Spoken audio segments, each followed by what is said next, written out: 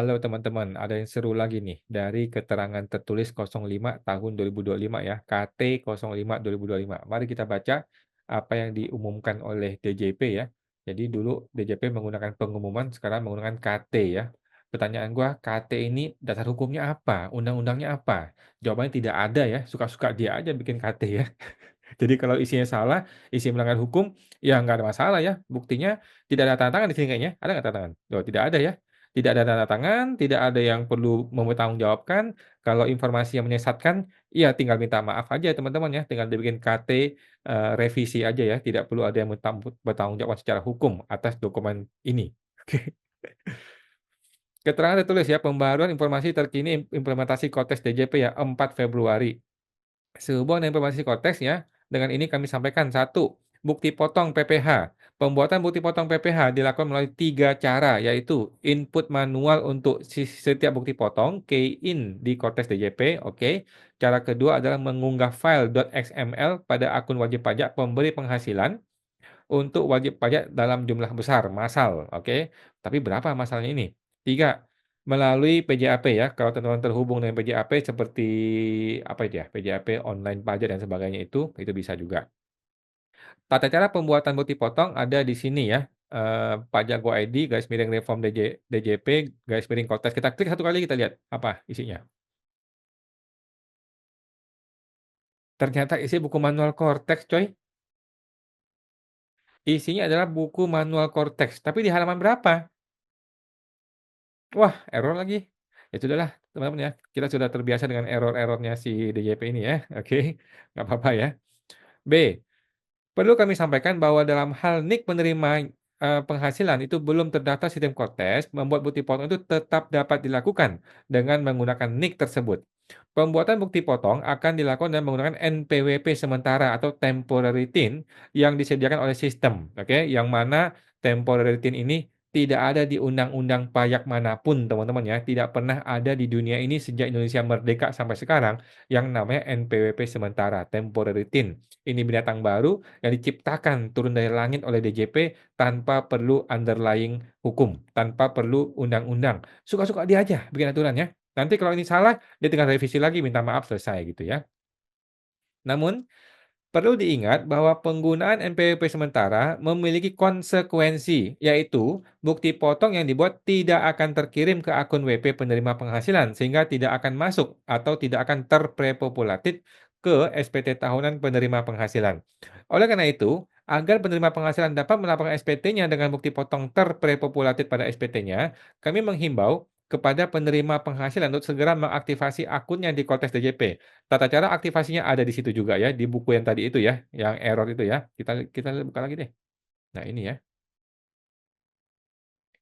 Oke, muter terus, ya oke. Jadi ini yang pertama ini melanggar hukum, teman-teman ya. Gua dipotong PP21 oleh perusahaan, tetapi konsekuensinya gue tidak bisa mendapatkan bukti potong tersebut di SPT gua. Lah salah siapa? Salah lu dong, salah DJP dong, bukan bukan salah gua lo ya. Gue sudah menggunakan, melaksanakan kewajiban gue, yaitu dipotong pajak, oke, dan gue punya hak dong untuk dapatin pre-populated-nya, tapi nggak diberikan oleh DJP, dengan alasan yang aneh-aneh, gitu. Padahal dulu bisa, dulu ketika DJP online bisa, sekarang ketika Kotes yang makin canggih kok malah nggak bisa. Nah, kacau. Yang C, sampai dengan tanggal 3 Februari, jumlah bukti potong yang telah terbit adalah 1,2 juta. Dari jumlah tersebut sebesar 263.000 bukti potong PPh diterbitkan oleh WP instansi pemerintah yang buat apa ini data ini ya? Adapun bukti potong PPh yang diterbitkan oleh WP pemotong non instansi pemerintah berjumlah 995.000 dan sebagainya, oke? 2, faktur pajak. Sampai dengan 3 Februari, wajib pajak yang telah berhasil memperoleh sertifikat digital atau KO ya, untuk keperluan pendatanganan faktur pajak dan bukti potong PPh adalah 500.000. Sementara jumlah WP yang telah menerbitkan faktur pajak yaitu 218.000. Buat apa data ini ya? Buat apa sih? Nggak relevan data ini. 3, surat teguran. Perlu kami sampaikan bahwa penerbitan surat teguran pada aplikasi Kotes DJP dilakukan secara otomatis, luar biasa otomatis guys, berdasarkan data administrasi perpajakan DJP. Penerbitan surat teguran tersebut dilakukan ketika WP memiliki tunggakan yang sudah inkrah berkekuatan hukum tetap. Tetapi bos, ada bos ya kemarin, kasusnya orang yang mana dia sudah menang di keberatan. Oke, sudah menang di keberatan, artinya yang inkrah adalah dia menang gitu kan. Artinya SKP-nya batal atau SKP-nya itu sesuai dengan yang sudah disepakati ketika keberatan. Tetapi SKP yang muncul atau STP yang muncul masih kembali ke awal. Itu gimana? Ibu Dwi Astuti, bagaimana itu? Tinggal minta maaf ya? Oke, tinggal minta maaf, oke. Penerbitan surat teguran ini merupakan bagian dari imbauan kepatuhan pajak berbasis data dan otomatisasi. Pertanyaan gua, undang-undang apa yang dia pakai? Undang-undang apa yang dia pakai untuk mengirimkan surat teguran secara otomatisasi by sistem berbasis data pakai digital? Coba dijawab teman-teman. Di sini nggak ada disebutin, nggak perlu dia pakai pakai undang-undang, suka-suka dia bikin narasi di KT 05 ini ya, nggak perlu disebutin. Berdasarkan undang-undang sekian, pasal sekian, ayat sekian, kami melaksanakan pasal ini dengan menerbitkan STP atau surat teguran secara otomatis via email. Nggak perlu disebutin seperti itu, nggak ada. Nggak ada dasar hukumnya, atau kita nggak tahu, atau dia juga nggak tahu, atau dia pura-pura nggak tahu, intinya nggak perlu dasar hukum. Suka-suka dia aja bikin aturan.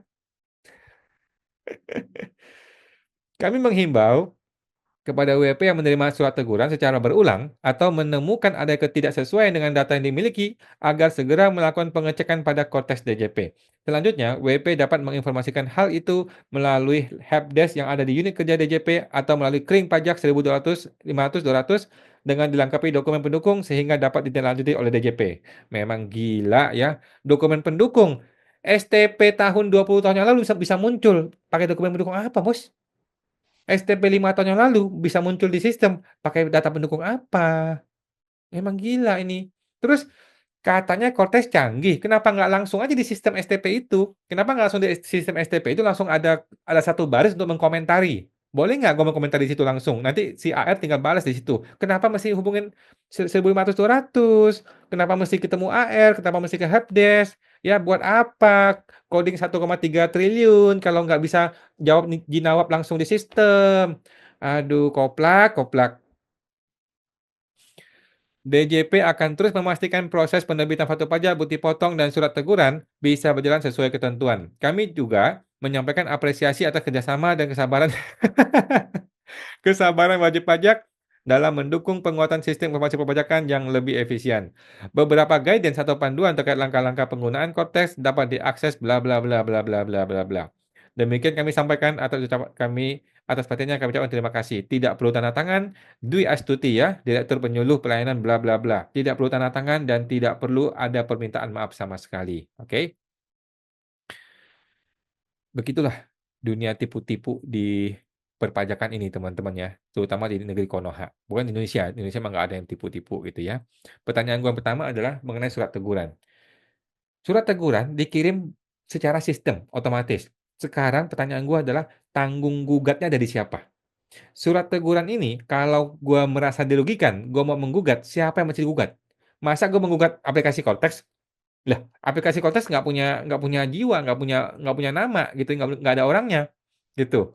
Tapi kalau aku gugat Surya Utomo bilang, "Bukan gua yang terbitin, itu by system." Gitu loh.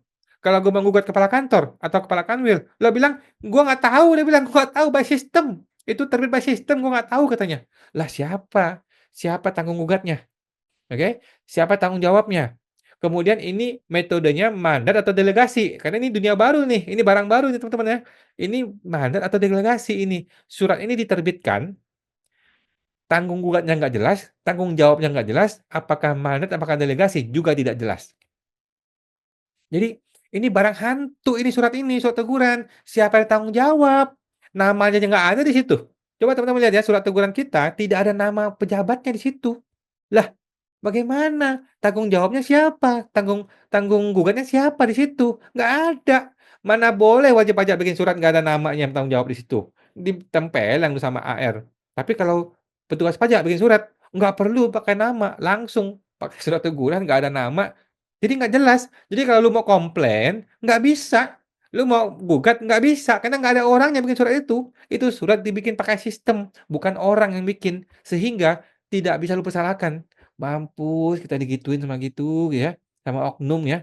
Jadi kalau surat teguran itu isinya salah, isinya informasinya sesat, atau orang kemudian terpaksa membayar, kemudian salah bayar, gara-gara isinya salah, mau gugat siapa? Ya nggak ada yang bisa digugat, bikinnya pakai otomatis kok, pakai sistem, ya. Nanti lu mau gugat Pak Dirjen bilang, "Bukan gua yang bikin sistem," katanya, "lu gugat aja tuh Cortex." Lu gugatnya ke pasar bursa kripto sana, di dunia dunia Wakanda sana menggugatnya katanya ya, di Indonesia nggak ada, gitu ya. Oke teman-teman ya, itu KT05 tahun 2025. Sampai jumpa, semoga terbantu.